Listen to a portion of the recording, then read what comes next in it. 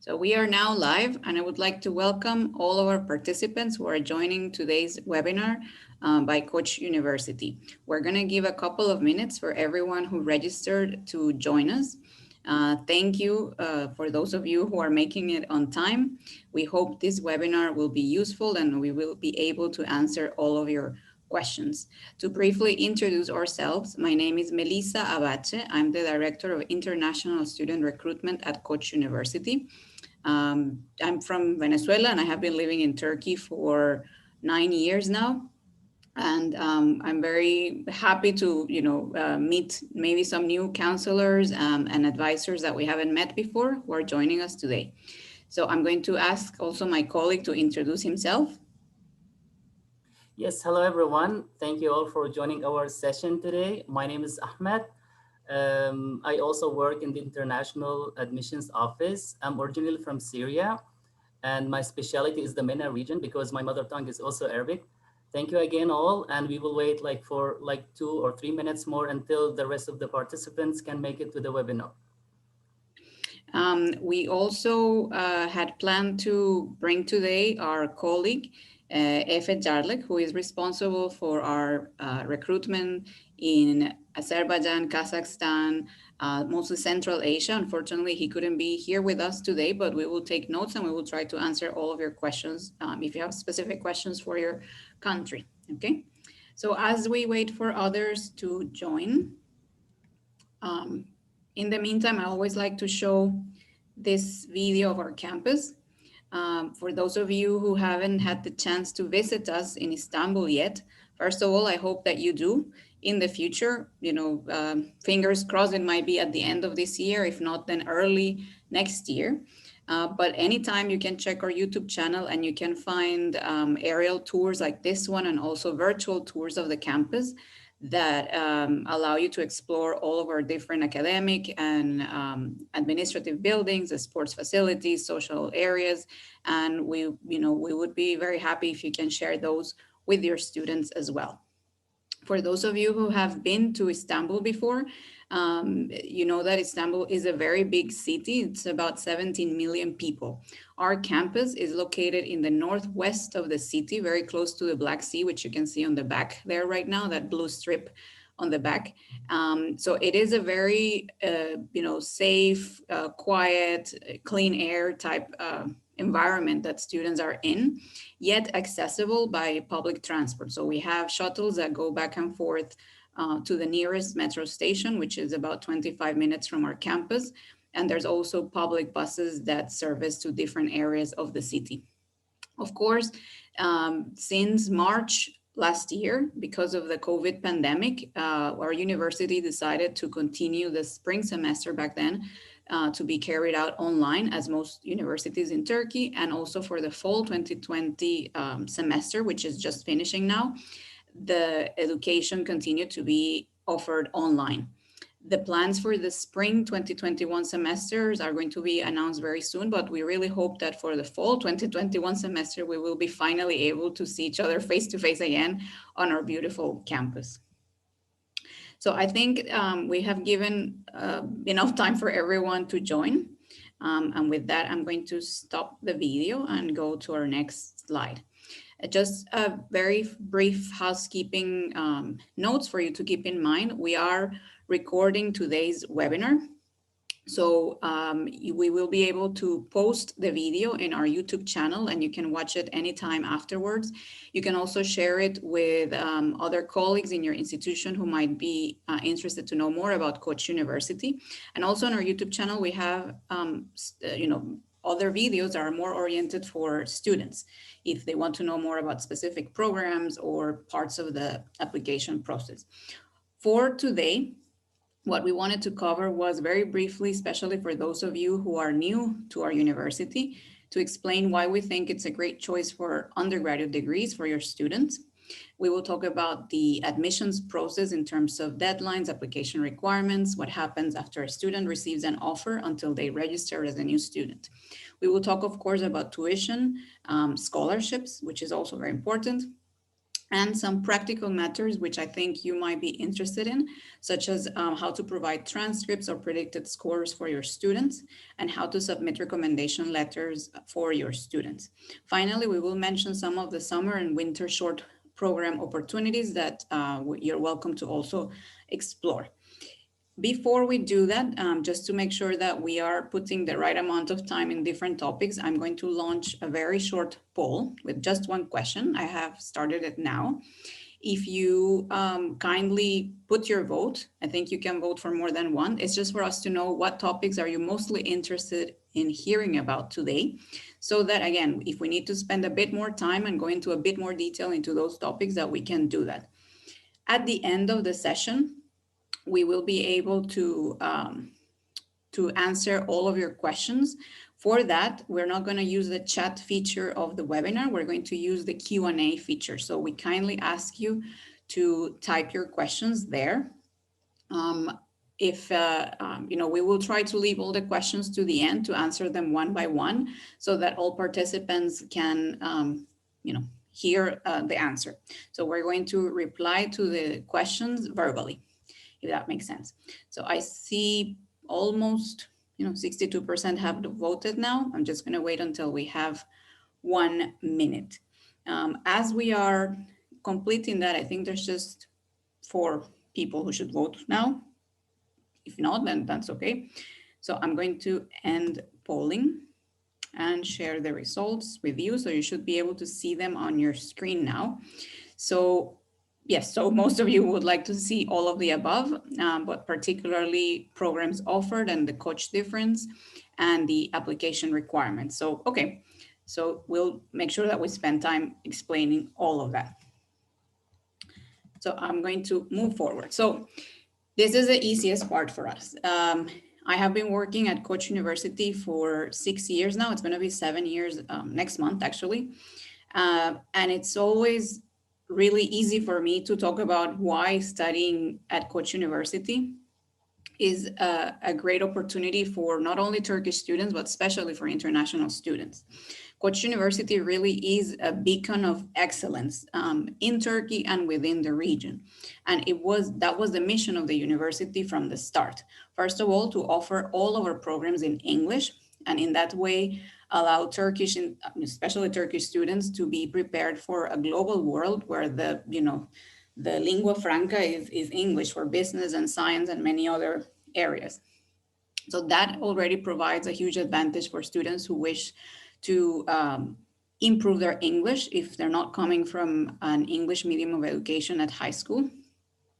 And also it makes them a lot more employable, not only in Turkey, but also in their countries of origin and any other country they wish to go to. The other big reason why we think studying at Koç University is worth the effort, and that's why we want very good students, is that we have excellent faculty members. Most of them, you will see that obtain their PhDs from Ivy League universities in the US or very high-ranked universities in Europe, some from Asia, and of course from the best universities in Turkey as well.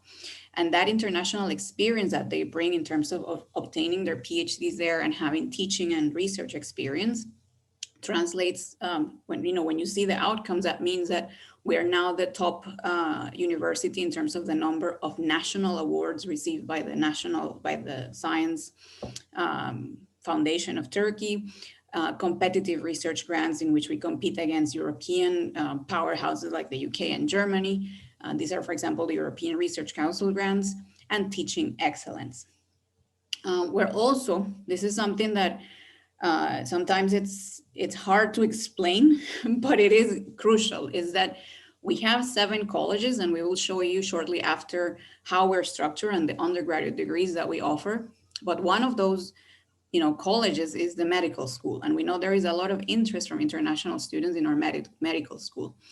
what happens in countries like Turkey is that usually universities are known for being very good at one thing, so such university is the best in medicine, and such university is the best in engineering, and such university is the best in social sciences or humanities.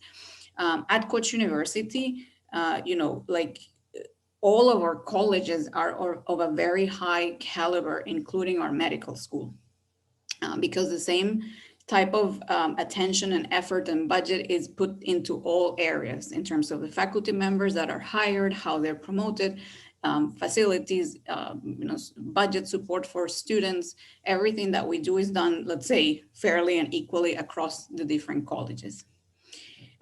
Tied to that, of course, we have a driving philosophy, which is freedom, right? So we want to create a very free environment for students to pursue their dreams in the best way possible. What that means is they do have to choose, for example, when they're applying for admission for a major, okay, whether that's business administration, psychology, computer engineering, that's fine. However, after they enter Koç University, they do have a lot of options to pursue the specific areas that they're curious about intellectually. So they could do double majors within their college or across colleges in majors in other colleges. They can do minors, they can do track, track and certificate programs. And we have a lot of them in each college. And I can show you, if any of you are interested, we have a slide about that.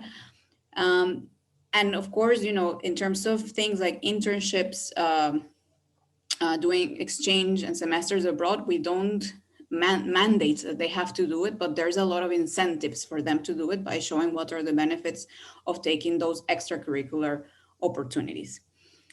The other kind of key characteristics, you might see this in a lot of other universities, that's not unique, let's say, is that yes, we are a small university within the context of Turkey. Our total student number is about 7,000 students. This is both graduate and undergraduate. So that means that our class sizes are typically small, especially after from the second year onwards of our 4-year degrees. And every undergraduate student has an academic advisor, which is a faculty member. And this means that, it's a very personalized learning style. You see on the slide, we put just a sample picture. This would be a medium-sized classroom in an auditorium style. We have much smaller classrooms. The biggest ones, which are the auditoriums, would typically be for first year core courses that all students have to take. The other part of why we think, and I personally think it's a very good idea to study here, is not only that the professors are excellent, but also the students. So when we look at the Turkish higher education system and how students select universities, it's done through a central university exam. That exam is, I would say, not as difficult as the Chinese exam, which I cannot remember the name right now, but it is considered very demanding. So the students who are placed in the top, for example, the top 20,000, top 10,000, 1,000 places, in that ranking of students by the points they obtain in the exam, then are able to choose the university they go to. And the higher they are in that ranking, they're also able to study with a full scholarship or a partial scholarship. So in that sense, Koç University, even though we are a young university within Turkey, are already selected by the best the best students in Turkey. And that makes a difference in terms of the class environment that you have. So we have not only students who are very accomplished academically, coming from very good high schools as well within Turkey, and from, not only specific cities, but for the whole, of the country, but also who are very keen to explore the extracurricular opportunities that the university offers. So these are not students who just come to classes, do their exams and go home. It's mostly people who are on campus doing lots of activities through the student clubs, in the sports teams, and just enjoying our campus. So as I mentioned, nothing is sort of mandatory or obligated in our university, and we do provide a lot of opportunities. Especially our Office of International Programs has been extremely successful at establishing partnerships with some of the top universities worldwide. We now have 300 plus partner universities through Erasmus, which those of you familiar with that system, if you're in Europe, would know about, and also bilateral cooperation agreements. So that allows a student who comes to Koç University in any degree, for example, to do 1 semester or 2 semesters at a top ranked university in the US, like University of California, Los Angeles, like Northwestern, like the list goes on. And, we provide links on our website where they can see the partner universities for each college that we provide. If it's within Europe, of course, then they benefit from the Erasmus Plus grants, which cover part of the cost of studying abroad for a semester. And if it's outside of Europe, then we also have our own study abroad scholarships or what we call global exchange, which again allows students, especially those with lower income, to be able to also benefit from that opportunity. I mentioned already the campus. That's a big thing. I mean, once people go to campus, their jaw drops, and many say they wish they had studied there in the first place. But it's also an active campus. So as I mentioned, we have over 70 active student and sports clubs, and we have a new dean of students who is very much in favor of setting up new student clubs that will reflect all the different areas of curiosity of our students. So we have video game development association, computer programming competition clubs. We have photography clubs, board game clubs, everything you can think of. There's pretty much a club for that. And outside of the campus, then our international students, especially, a lot of the reasons why they want to come to Turkey is the opportunity to actually live in Istanbul. A lot of them have come here maybe with their families when they were younger for holidays or shopping or whatever reason, and people feel, they fall in love with the city because it is, a very historic, beautiful, cosmopolitan city. As I said, 70 million people, but with good public transport connections and networks.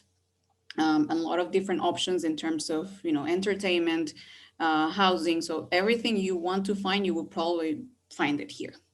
And especially, and this is my personal view as a foreigner living in Turkey for almost 9 years, is that it is a very welcoming culture. Like, Turkish people tend to be extremely hospitable towards newcomers, towards foreigners. And the major barrier is the language, in that most Turkish people do not speak English. So in that sense, for example, one crucial advice that we give all of our international students is to try as much as possible to learn enough Turkish so that they can kind of interact as a local as much as possible. It sounds very difficult at first, I can say that, but eventually you get the hang of it, and it really makes your life a lot easier here. Finally, and I know that this is also very important, not only for students, but also for families and the parents considering to make the decision to send their children abroad, is what happens after they graduate. Will they be able to find a good job with that degree? Will that degree be recognized back home or in other countries if they want to pursue graduate school? The answer is yes. So we have a lot of statistics on our website and in our Career Development Center, where you can see the survey results from our previous cohorts. That survey is done every 2 years, where we ask what did they do after graduation, and when they got their first job, how many job offers they receive, and all of those are pretty positive. So over 86%, I think is the latest statistic, did get a job offer within the first 3 months of graduation or even before graduation. Unfortunately, that survey doesn't break down the results by international and Turkish students. It will in the future, but that's where we are. And again, we are always happy to put students in touch as much as possible with current students, or also sometimes with alumni from that country, if they want to ask about their experience and how having a Koç University degree helped them after graduation. Most of our students, though, they do decide to complete a master's program or even go directly into a PhD program afterwards. And this is, again, where the quality of our faculty members plays a big role, because they're able to recommend what are the best graduate programs in that specific field they might want to work in, provide recommendation letters, and basically help them get their foot in the door of those networks abroad for the best graduate schools. So I hope all of this has made sense so far. I'm going to just very briefly, we also, work on the basis of a liberal arts education, very similar to the model pursued by a lot of US universities. So our programs are 4 years, except for medicine, which is 6 years. We work under 2 semesters, a fall and a spring semester. The summer semester is also available for some remedial courses. Um, as I said, the medium of education is English for nearly all programs except for law, which it has a large component of courses which are in Turkish, nursing, but medicine is in English. The only thing is that students do need to have learned Turkish by the time they enter their 4th year of the 6-year curriculum to be able to do the clinical courses in which they will be at our Koç University hospital interacting mostly with Turkish speaking patients. As I mentioned, we offer double majors and minors. We do have a 1st year, 1 year long mandatory orientation courses and seminars called Unit 101, which is meant to basically help students ease into university life and what's expected of them in terms of managing their time, managing relationships, managing their workload of courses, managing stress, all of these kind of life skills that are very important as a new university student. And the main part of this liberal arts education, which isn't mentioned here, is that all students in their 1st year, they have to complete a number of courses which are part of our core program. We have a separate website for that in which you can see what courses are included in that. And it covers, the idea is that they get a kind of sense of all different areas besides their major so that they can graduate as well-rounded individuals, not only specialists in engineering or business or nursing or whichever major they have chosen, but to be able to understand the key or fundamental concepts of other disciplines. So as I mentioned, these are our colleges. We have 7 colleges in which we offer 22 undergraduate degrees. Apologies. You can see the degrees that we offer here. So far from international students, we always have seen a lot of demand for our College of Engineering program, especially for computer engineering. Also for our business administration program, medicine, of course. And then within social sciences and humanities, we do see a lot of interest in our psychology program, media and visual arts, and in sciences, for example, in molecular biology and genetics. We do have other programs that we always try to encourage students to consider in social sciences and in sciences. And I think it's part of the joint task that we have as university admission teams and you as counselors to really open their eyes about all the different opportunities that these less popular majors offer to students. Especially, I always put the emphasis on, STEM, like especially chemistry, physics, mathematics as career options for students. It really, like there's a lot of things that can be said and a lot of examples of why they're good career choices. So now we go on to the part about admissions.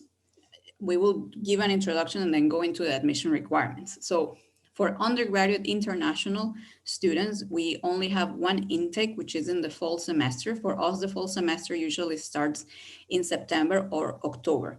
The exact start date is determined not by the university, but by the Turkish Higher Education Council, which decides on the date for all universities, usually in early summer. For our admissions, we have 3 deadlines similar to US university practices. So we have an early application deadline, which is today, 15th of January. Then we have a regular application deadline on the 14th of May and a late or last, application deadline, which is the 2nd of July. Last year, because of the COVID pandemic, we decided to extend that deadline until August because we saw, of course, and you will be all familiar with this, there were delays in the, in the examination processes, in standard test scores, centers being closed like the SAT. So we'll see what happens this year, but initially this is our final deadline is the 2nd of July. There isn't that much difference for students in terms of applying in the early, regular, or late period. with the exception of medicine, because our medicine program is very small. I mean, they only admit about 20 or so students every year. So we only encourage students to definitely apply in the early application period if they're applying for medicine and they already have all of the application requirements ready. Otherwise, we really suggest, we strongly suggest that they wait and they make sure they have everything. And once they have everything, then they apply. In terms of scholarship opportunities or chances, let's say, it doesn't make a difference. Okay, we don't have a scholarship quota, let's say, or budget that we have to kind of count down towards. So that's the thing for faculty members who evaluate the applications. The most important thing is to have everything in front of them so that they can make, as it says on the slide, as a holistic evaluation process. Holistic in the sense that the school grades and test scores, of course, are important, but they also will be looking at the motivation letter, the recommendation letter, any extracurricular activities and achievements that the students have in order to make a decision about admission and about scholarships. So the whole process is also done online. There is no need to email any documents or post any original documents to our university. We have an online application system that we just started using this year. So if you have visited our website before, you might see that it changed. Hopefully, it's much easier to navigate and to use now. We welcome your feedback in that sense as well. You can find the address there is apply.ku.edu.tr. Okay, start. So the application requirements. So as I said, it's a holistic admissions process. When you look at the requirements, they're fairly standard and very similar to what you would expect from most US universities. So one of the things that we ask for is either a test score or a valid diploma, the diploma grades. So in that sense, the eligible test scores are from the SAT 1, SAT 2, or ACT. We also have some specific ones for medicine. And in case of eligible diplomas, then we have International Baccalaureate, A2 levels, Abitur for those of you who might be joining us from Germany, Switzerland, or Austria, and French Baccalaureate. Besides that, then of course, the students should upload their transcripts for all of their years of high school education, which in our case, what our registrar's team is going to be checking for is that they're complete. We often get applications that have to be reopened because there's missing documents. And usually those missing documents are the transcripts, because students might just upload their last year transcripts and they need to upload all year transcripts. If they have already graduated, then they, of course, they should upload their diploma. So that's why it's written there as if available. They don't have to upload it. The motivation letter is a very, very important part of the application as well. Our application system allows students to select up to 3 programs. For example, business administration, psychology, and computer engineering. In the application form, they are able to prioritize them. And they can write one motivation letter for each program. And we strongly encourage you to advise your students to do so. They might have the temptation to just copy and paste the same motivation letter for the 3 or 2 programs that they apply to, but it's better if they tailor it for the specific program that they're applying to. One thing that we often get asked by students is whether the motivation letter is a personal essay, and it's not. We give guidance also on our website about the type of questions that we would like to see answered in those motivation letters and that faculty members especially want to know about.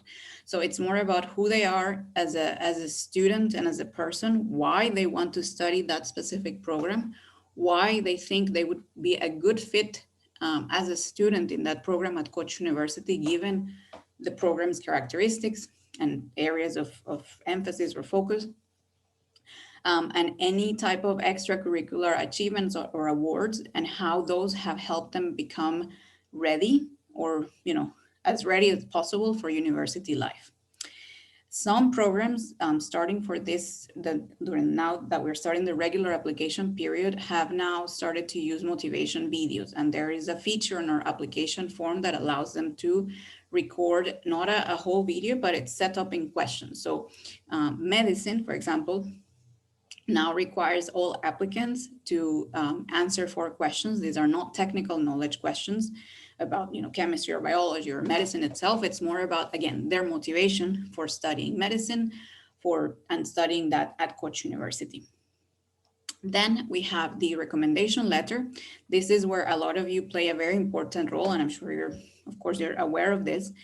And I will show in a few slides later how that works in the application system so that you know how to do it if you're asked by one of your students to either to provide a reference for them or to collect different references from different teachers at the school for that student.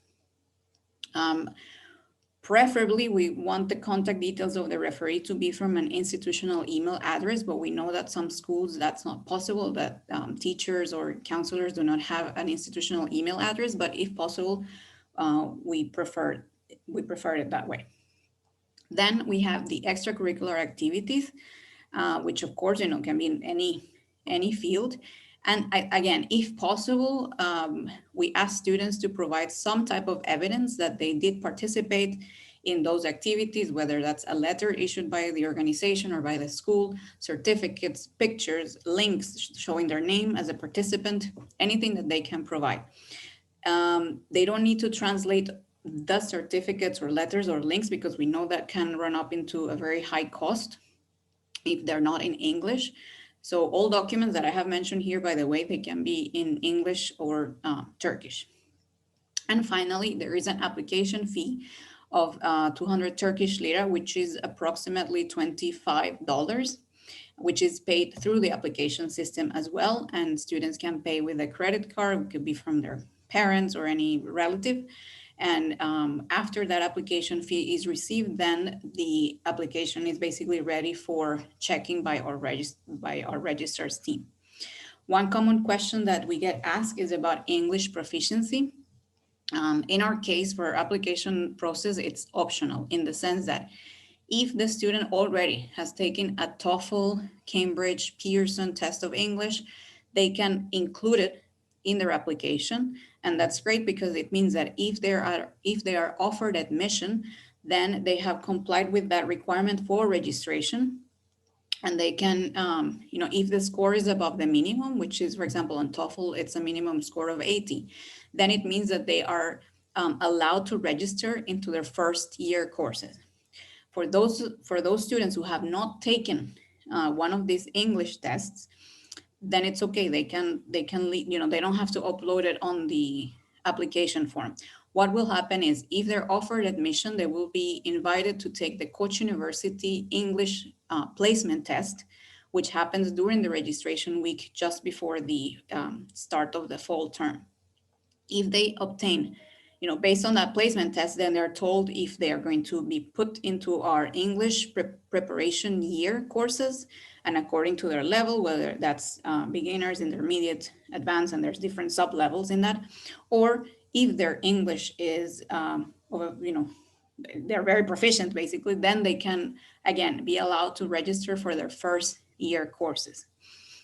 Another question we often receive is about Ielts exam. Unfortunately, this is not university policy. It's a Turkish Higher Education Council policy, is that we cannot accept Ielts as an English proficiency test. So, and another question we ask is if a student has been studying in English their whole life, or they have, of course, been coming from an international baccalaureate system or A-level system, if they still have to provide that. Unfortunately, again, because of national regulation, yes. The only exemptions to this are for those students who have citizenship from English majority, or where the official language is English. And there's a specific list that you can also consult. So I hope that covers most of our application requirements. Here, everything that we have shown so far, please note that it's on our website, and I will show the website address shortly after. When we get asked about our minimum exam or diploma scores, this is the same table that we have on our website. There have been some very recent changes that will be reflected early next week. But as you can see here, the ones that I highlighted in green, it's because most of our applicants or international applicants, they will apply with one of those test scores or diploma grades. So the most common exam that we receive is the SAT 1, general no essay test. And you can see the minimum scores. The highest minimum score is for our School of Medicine, in which students should have 1450 score out of 1600. For engineering and other colleges, you can see the scores there.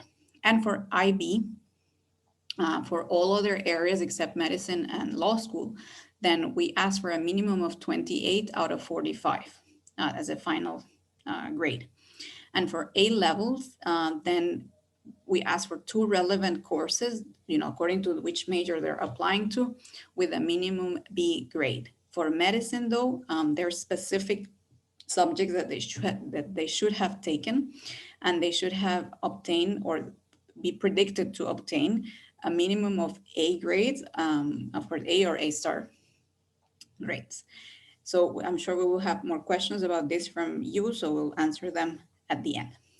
Also on our website, we have published statistics of the scores of previously admitted students. We're currently updating this information to reflect the 2020 cohort data. So the data shown on our website reflects up until 2019. And you can see here what were the average total scores by college, not by program, but by college. And the same thing for IB exam scores. For A levels, we don't have that because it's a bit more difficult to quantify, and our let's say institutional research team who is in charge of that is working on it. So hopefully for this new cohort, we will have more data. Some tips that we want to share with you. As I mentioned, students can choose up to 3 programs and select an order of preferences. Especially for those students who might be considering medicine, this is important because if they don't meet the minimum requirements for medicine, as I shown before, in terms of SAT scores or A levels or IB scores, then if they're rejected by medicine, it means that they're rejected for admission to Koç University. But if they have selected 1 more or 2 more programs, for example, chemistry and maybe molecular biology and genetics, and they still have good grades, maybe not good enough for medicine, but good grades still, then they could be admitted to those other programs. Then they can make the decision whether to register as a student or not. And if they do decide to register, during their first year, they can also explore the options, as I mentioned before, of doing double majors or minors. If they decide after 1 year that they really, chemistry isn't for them, what they really want to do is medicine, for example, they can apply for internal transfer from their major to another one. It's not guaranteed that it will be approved. There's a minimum GPA requirement for that. And it has to be approved by the dean of the relevant college, but it's an option that they can consider. As I mentioned, we strongly recommend that students write a tailored motivation letter for each program that they're applying to. If, for example, they have planned and scheduled to take the SAT exam, so it's not available by the time they're applying, they can indicate on the application form. There's different options that they can choose from, and they can say, I have registered for it, but I don't have the results yet, or I haven't taken the exam yet. And there's another option, which is I took it already, but I'm waiting for the results. Once they receive the SAT results, for example, then they can upload it to their application form. And then, then the evaluation begins. This is, again, why we really recommend that students only submit the application once they have everything ready. Same thing, of course, with predicted grades, then they can provide an official letter from the school with their predicted grades. As I said before, everything that we have mentioned so far, it's on our website, which is international.ku.edu.tr. There is a section for undergraduate programs in which we have a how to apply section. And we have now added frequently asked questions about, especially the application form, in case the students get stuck at any point. Now, what happens after they submit their application?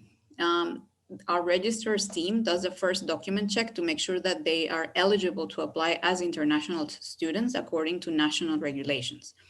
Then that file goes to the college review and admissions committee. First the college review, which is faculty members from the relevant college, and after that they do a first kind of they make a first recommendation for admission, rejection, or conditional admission, and then it goes to a final admissions committee review.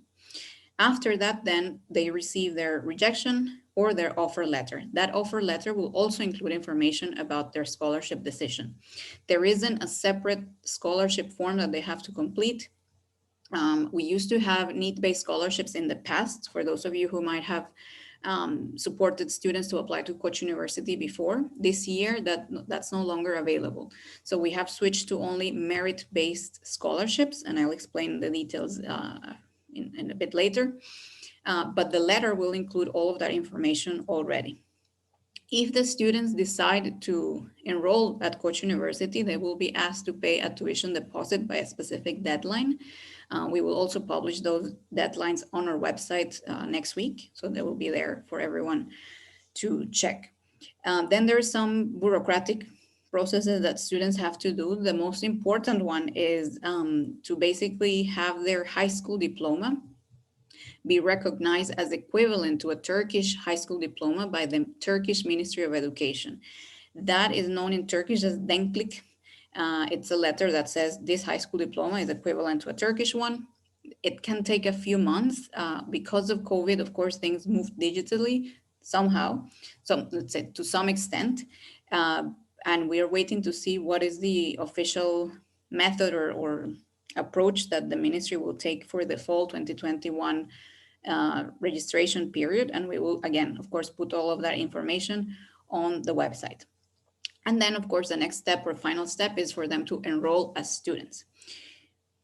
From the moment they get their offer letter until they enroll as students, there's a lot of support available from them from our university. So we have an international community office that will be in touch with them before they enroll to provide information about things like visas, if they require visas to enter Turkey, about how to register their phone, how to obtain a student residence permit. All of these things will be provided to them in advance. And we also have a newcomers office, which are the ones in charge of organizing all of our orientation activities for all the undergrads, Turkish and international. And they will help the international students be paired with a Turkish student mentor who will be their kind of eyes and their eyes and ears on the ground, because they're experienced students who can help them navigate all of the different systems that they will have to start using once they join campus.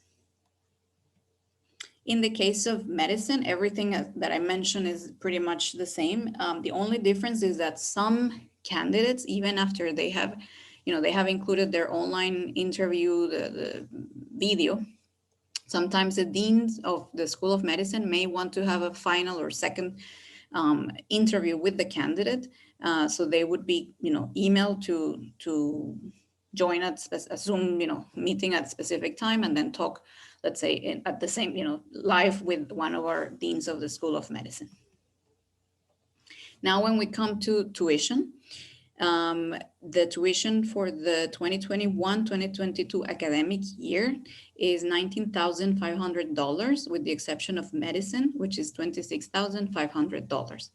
The tuition is paid in dollars for international or by international students who don't have Turkish citizenship.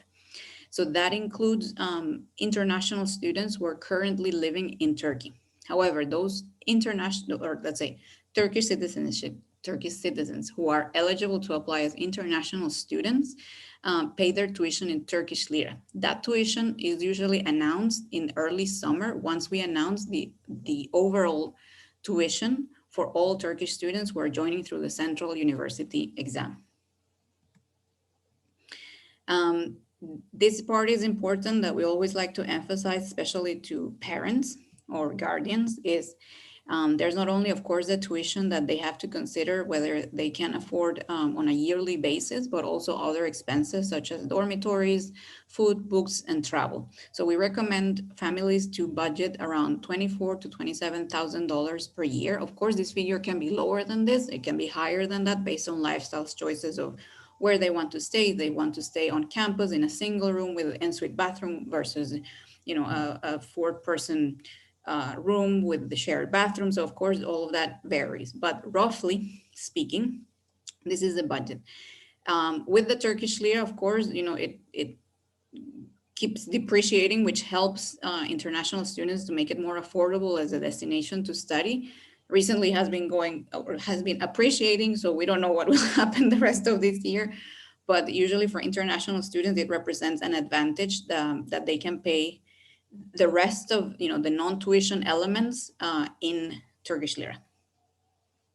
So in terms of scholarships, we know that these are very important for pretty much all students, and in that sense, we're happy to kind of help bring here the best students based on academic merit.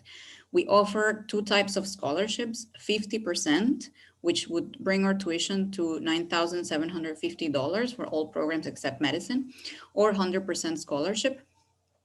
But this cover only tuition. So this doesn't include any support in terms of housing or food, books, or other expenses. So students should have, other means to cover those expenses, whether it's from national scholarship schemes, private or like educational loans from local banks in their country, or family funding.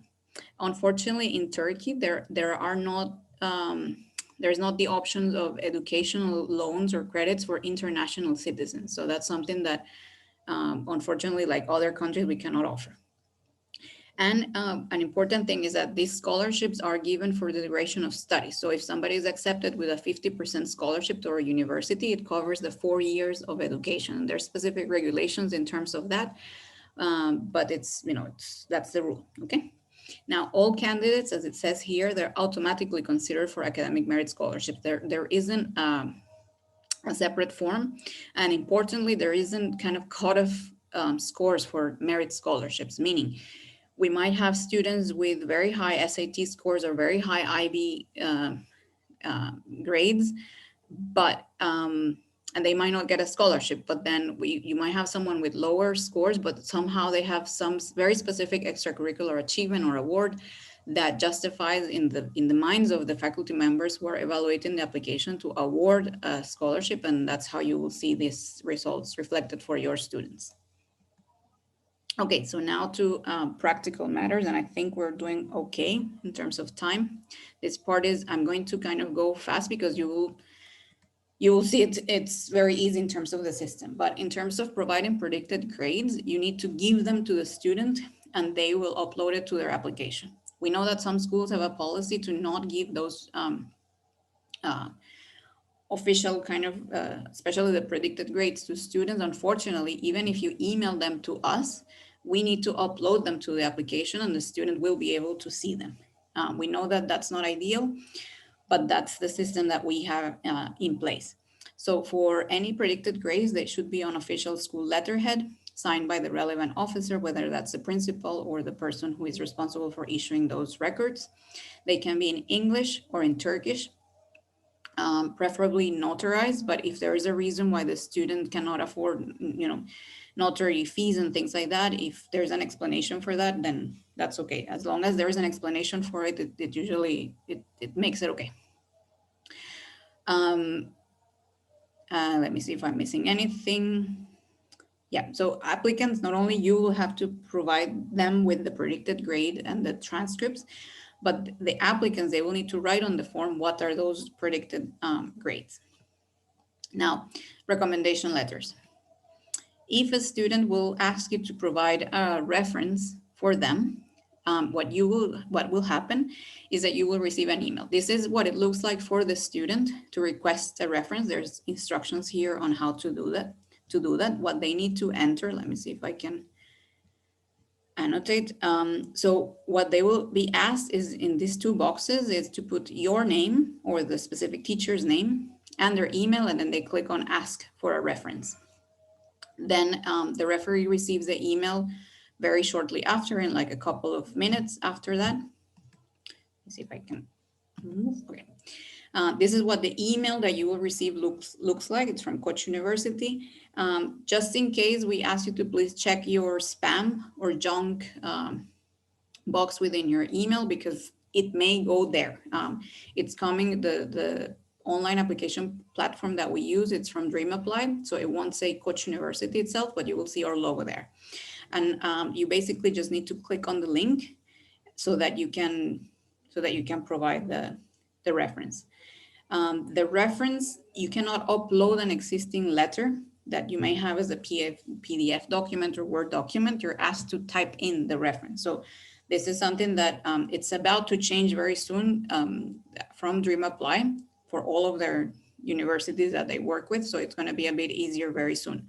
But these are the fields, the type of information that you will be asked to provide, which is your name and title, your position within the school, contact details, and contact details about the school in terms of name, address, and website, if available.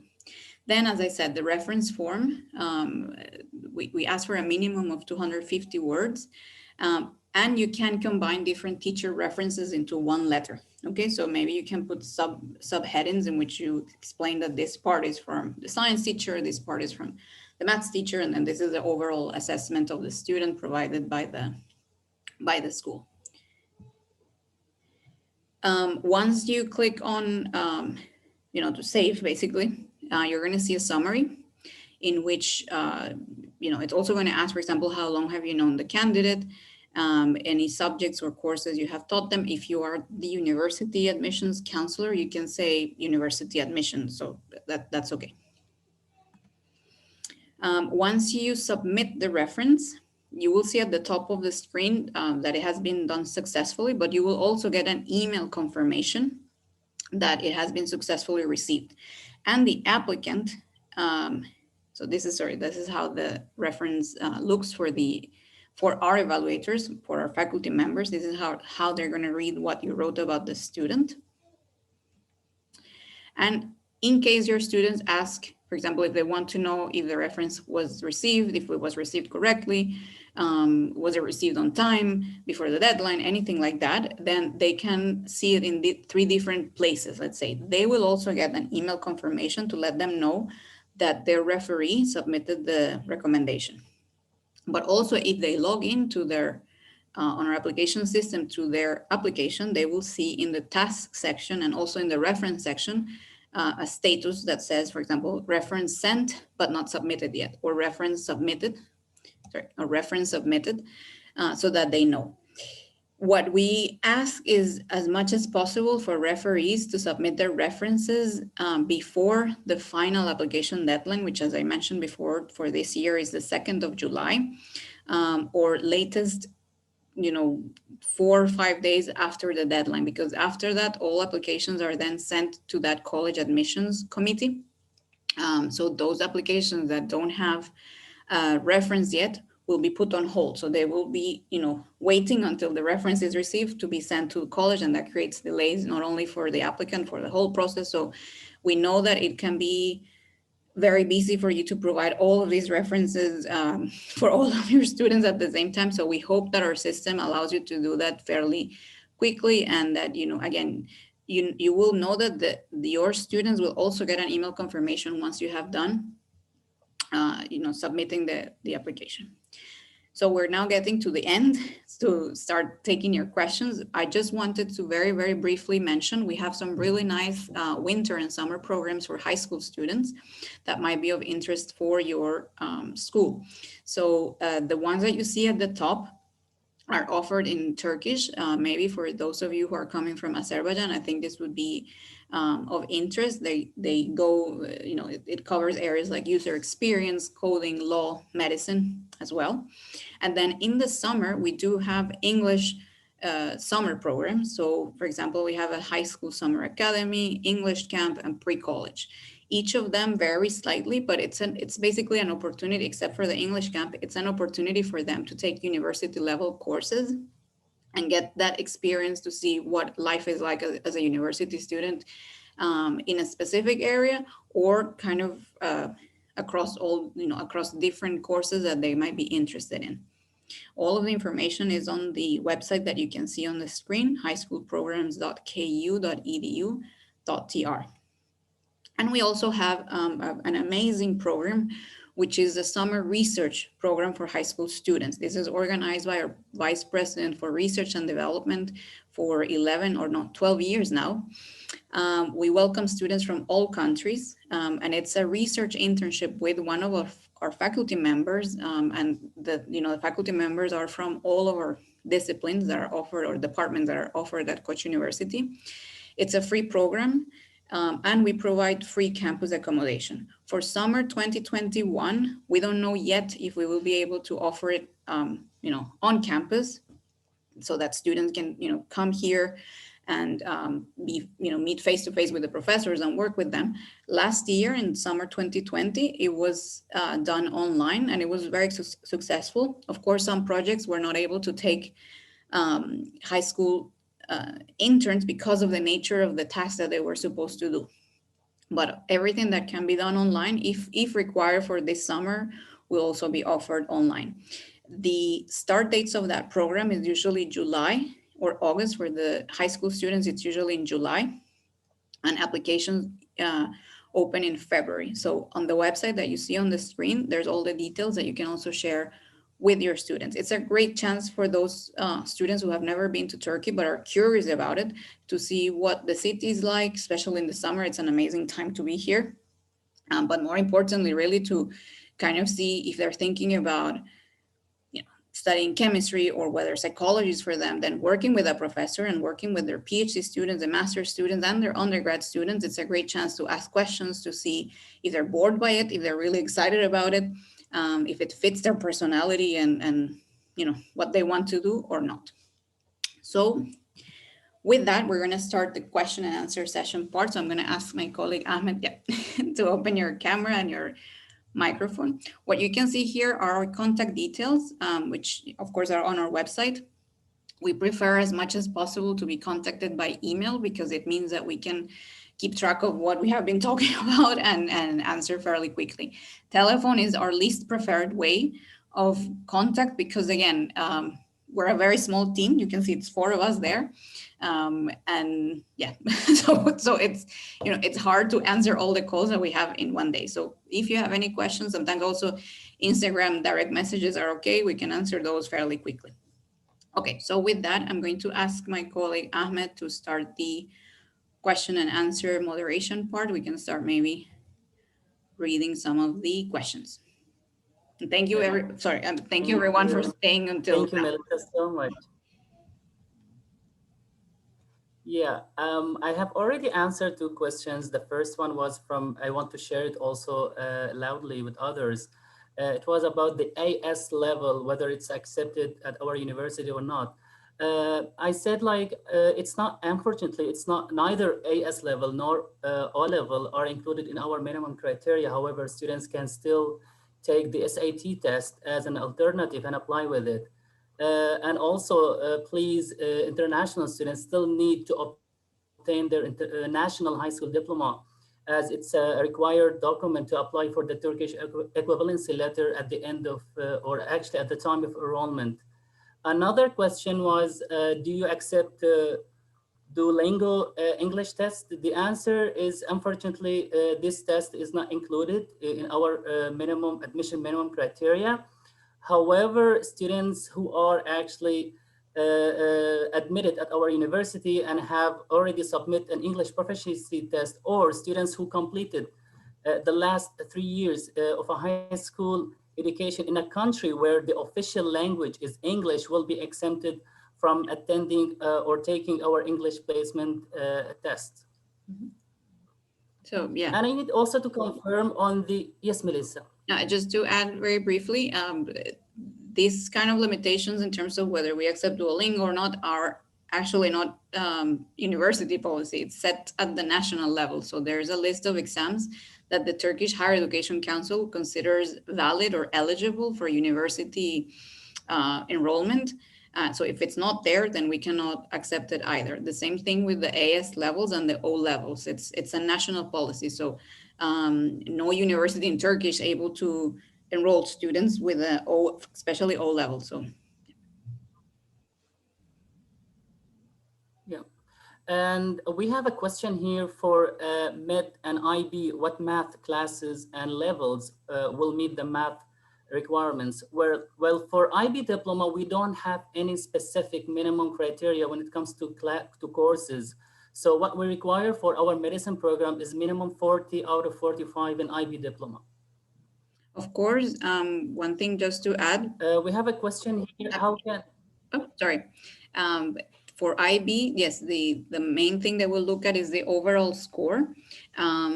But if there is a big kind of difference between subjects in terms of the grades, that will impact negatively on the applicant, in the sense that if they have a very low math score or grade, compared to the other subjects that they have taken in their IB, that would probably not be seen as a very positive, especially for engineering, less so for medicine and other programs.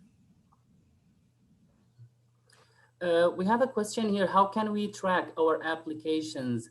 Well, as a high school counselor, unfortunately, we don't have like a code or a track number so that we can give you to track your applications or your students' applications. All you need to do actually to email us at study@ to check on their application status.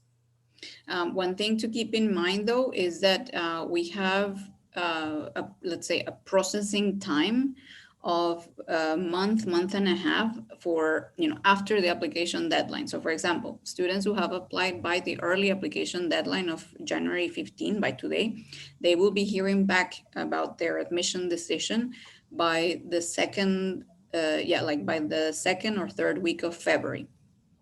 We know it takes a bit more time than some universities, especially like in Australia or UK, but it's because we are very thorough about which students are admitted to the university, and professors, they discuss each applicant carefully. They have meetings to discuss the students for each program, so it takes a bit of time.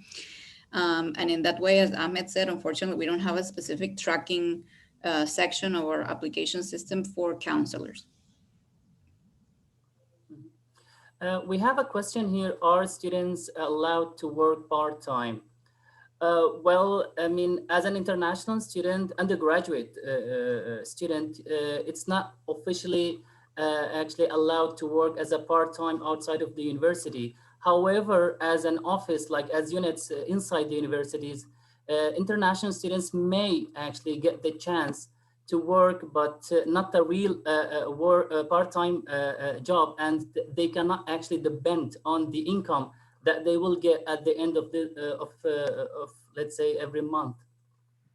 So, I mean, again, this is because of national policy.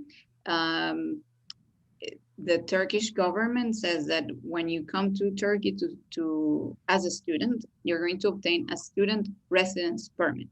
That student residence permit, if you're an undergraduate student, doesn't allow you to work. But if you want to work, for example, as Ahmed mentioned, in a company outside of the university, that company would need to apply for a work permit for you, and the two can exist at the same time. So a student can have a student residence permit and a work permit.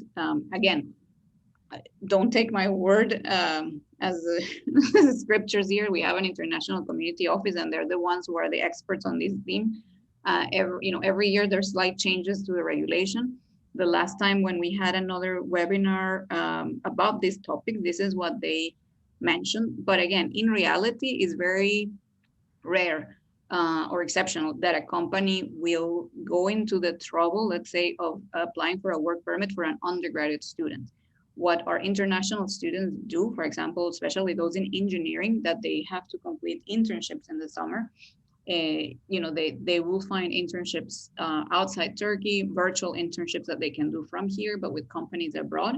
And a lot of internships are going to be unpaid internships, which then don't require any type of work permit to do that. We have a question here. What about independent counselors? Will you accept references from them? Well, I don't know, Melissa, like No. independent independent counselors? What does it mean? We Like, have, so it's no, right? Yeah. Okay. university admission counselors that are not affiliated with a high school or, yeah, or a school. It's how I'm understanding the question.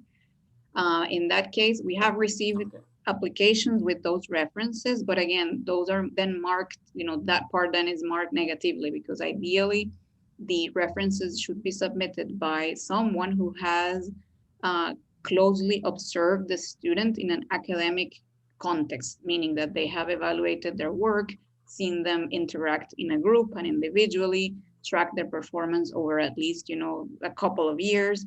So usually those are teachers at the school. It can be people who have supervised them if they have done internships or if they have worked, and managers. Those are the type of references that are considered or they're marked positively. We have a question here. How do my students set themselves up as strong applicants or strong, yeah. Well, I mean, they need actually first to check our website and fulfill our minimum criteria. They can also check some samples of the motivation letters from those who were previously admitted at our university. They need to actually do and fulfill everything and complete their online applications. And after they're done, they can submit the applications. That's a great question. Whoever asked that, as Ahmed mentioned, the first thing is to make sure that they meet the minimum criteria. But it's also and that all the documents are complete. Sometimes it's unfortunate that we see applicants who are rejected because they just, they didn't include, for example, all year transcripts, or the documents are, in a language that unfortunately our registration team doesn't have the language skills to be able to read. So that's why all documents should be in English or in Turkish. And I think the next question is also related to that. So the question is, what kind of important information should my students include in their motivation letter? We have done a webinar just about that. We can also, what I'll do is I'll include the link to that video in the follow-up email you will receive after today. But one thing that we always see is that we get a lot of applicants who are very well-rounded people, in the sense that not only are they performing very well academically in school, but they have done a lot of things, like, they have helped at a hospital, they have volunteered in community groups, they have organized competitions or festivals in their school. Like, they're doing a lot of things. But how they translate all of those things they have done into how it will help them become good students at university and thrive in a university like Koç, that's the link that we see is often missing. So it's not enough to just list or make a very long paragraph saying, I was president of MUN club, I'm the editor of the newspaper of my high school, like all of these things. The idea is that each of those activities or achievements says, that helped me to become, for example, better at time management, which is important if you're going to be, for example, a medicine student, because you have to read a lot and do a lot of other things. Or if the student was in a sports team, for example, the idea of working in groups is very important for some of our programs, where a lot of the coursework that they have to do is in groups as well. So always making that kind of link between the things they have done, what skills they have gained from it, and how those skills are useful for someone studying that major in university. And again, the more research that they can do about the specific program in our university, to visit the website. For example, if they want to study business administration, make sure they check the college website, the program, who are the faculty, check the student clubs, what they have been doing. All of them have like Instagram accounts where they can see the activities. Yeah, I mean, all of this, alumni stories, everything like that, because it can help them really tailor and think about why they want to join the university and why it would be a good fit for them. We don't, this is the feedback that we have heard from faculty members. They want to know not only why they're a good student, but would they be happy here, right? Would be able to cope with the pace here, with the environment of our campus. You know, it's, as I said, it's a quiet, for example, it's a quiet, clean, very safe environment. So some students might not actually like that quietness. They might be more comfortable being in very urban busy kind of campuses. All of these things they have to take into consideration and try to reflect them on the motivation letter. Sorry if that was a very long answer, but I hope it helped. Independent counselors may have had close contact with students over period of time as well. We do recognize Like, that, but yeah, we know, for example, there are some uh, forgot the name in English now, but like preparation schools for students who are preparing to take the SAT, for example. And these are counselors who have been seeing them from the start and how they have progressed, towards better scores and improving themselves. As I said, of course, they can provide a reference, but typically our faculty members are not going to look up as highly those as those from teachers. That's the reality. If the reference is able to explain clearly how um, like why you would recommend and why you think that student would do well at our university or at any university, then okay, that's the best you can do for the student. the COVID situation has affected extracurricular activities for students. Will you consider this for the entry into 2022 fall and 2021? Um, the, Well, I mean, yeah, go ahead, Melissa. I was going to say, yes. What we see again is from previous years is that students are able to include, in the section of the form, which is about activities, there's no limitation in terms of the number of activities or the time when they did the activities. So there might be activities that they did in their, in their year 10, year 11, not only in Yeah. their senior year. So they can talk about all of them, and they can include all of them. They can talk about all of them. And we do know a lot of students this year being home and doing most things online. They have taken the time, for example, to do certificate courses online, micro, not degrees, but yeah, like a lot of courses to improve specific skills. Those are all things that, of course, please, if they have them, make sure that they include them in the application form. Okay, I believe that's it for the Q&A. I'm checking now the Uh, chat part, and I think we have answered those questions. So yeah. Mhm. yeah, Okay. I mean, yeah, all of them were answered. Yeah. Okay, so with that, I think we're going to, we have stick to time, I think. So I want to thank you so much again for joining us today. As I said before, you will receive the video recording for today's webinar via email tomorrow. We will upload it to our YouTube channel tonight. And again, if you have any questions, please feel free to get in touch with us to study@ku.edu.tr. As I said, I really look forward that I hope we can welcome you in the future in our campus in Istanbul. Ahmed, if you want to say some parting words. Yeah. Yeah, thank you all so much. It was a pleasure actually having you today with us. Please stay safe and healthy, and we hope to see you around very soon. Thank you. Thank you for those thank yous that are being written now. Okay, bye bye. Thank you. Bye bye. Bye bye, everyone.